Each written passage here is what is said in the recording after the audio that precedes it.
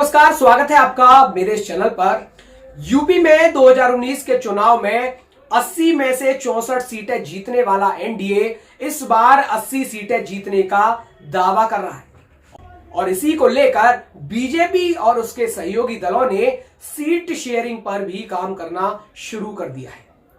वहीं media reports की माने तो यूपी में बीजेपी सहयोगी दलों के लिए 6 सीटें छोड़ सकती है, जिसमें एक सीट सुभाषपा यानी ओम प्रकाश राजभर को मिल सकती है और बाकी सीटें बचे हुए दलों को दी जा सकती है।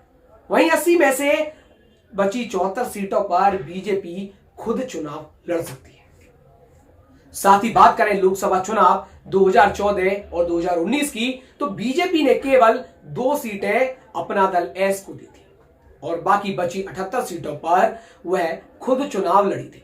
लेकिन इस बार समीकरण बदले हुए हैं और बीजेपी के साथ सहयोगी दलों की जो संख्या है वो बढ़ गई है। तो आज हम इसी मुद्दे पर चर्चा करने वाले हैं कि किस दल को बीजेपी कितनी सीटें दे सकती है और वो सीटें कौन सी हो सकती हैं।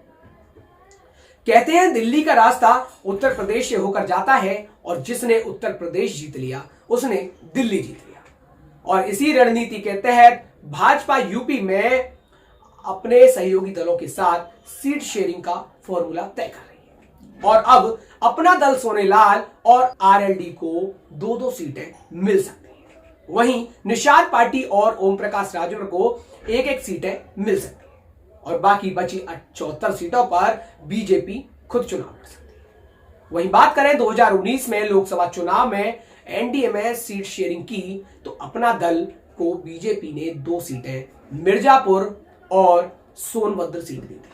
वहीं इंडिया गठबंधन छोड़कर आए जयंत चौधरी को बीजेपी पश्चिमी यूपी में बागपत और बिजनौर लोकसभा सीट दे सकती है और एनडीए में शामिल हुए राजभर को पूर्वांचल की 1 सीट मिल सकती है। चर्चा है कि घोसी सीट उनके खाते में जा सकती है।